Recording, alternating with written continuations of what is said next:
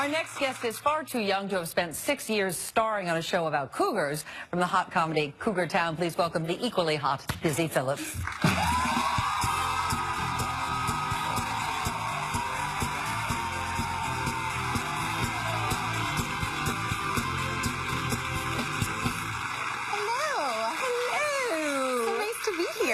Nice to have you here. You know, I was researching you, and I feel like we could be best friends. Oh, thanks. I really do. But I think you have that effect on a lot of people. You recently made friends at a diner in an unexpected way. Oh, yeah. Well, this was a little bit ago, and a few years ago, I was at a restaurant, and these girls said, hi, and I thought they looked vaguely familiar, and I was like, oh, hey, how's it going? And they're like, you're not here by yourself. That's so sad. Which is also like, by the way, it's not sad to eat by yourself. Like, it's fine. And I was like, no, I'm good. I'm here. And they basically forced me to sit with them. And then I realized that we don't know each other. But they thought that I was their friend's new girlfriend, that they had only met like 1 or 2 times. And you never corrected them? Well, then I just felt awkward, like it would be really weird, because I sort of had acted like I knew them in the beginning. So then I just sat there and pretended to be this girl for 45 minutes. Not a big deal, guys. Did you ever tell them the truth? No. No, okay. No, I mean, I gave them money for my breakfast, and then I was like, okay, see you guys soon.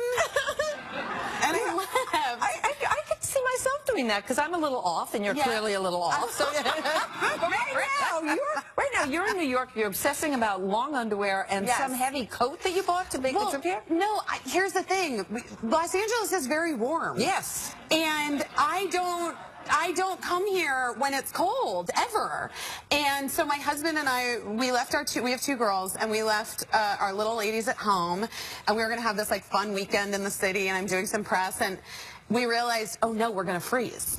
So we just went on like Amazon and bought long underwear, and we researched, and it just like the thing that came up, the #1 warmest coat, we just like clicked on that.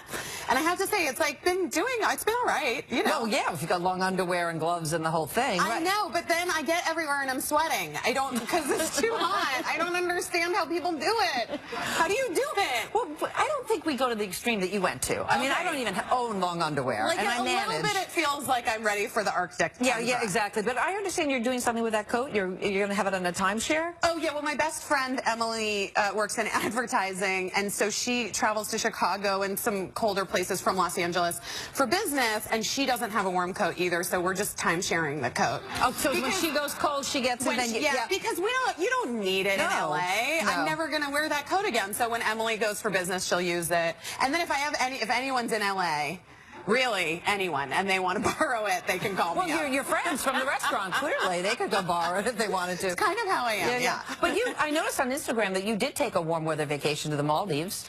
Yes, I was not in the Maldives.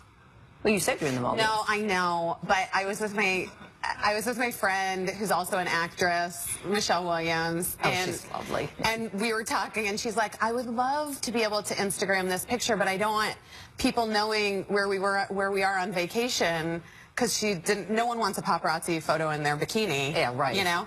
And so I was like, oh, not a problem. I'll just hashtag it the Maldives, and we'll send them 4,000 miles off course. I wonder if any of them showed up. That would have been funny. That would have been amazing, but probably not. But anyway, no, we were in Mexico, which was lovely and warm. Yeah, that's the way to go. That's the way to go.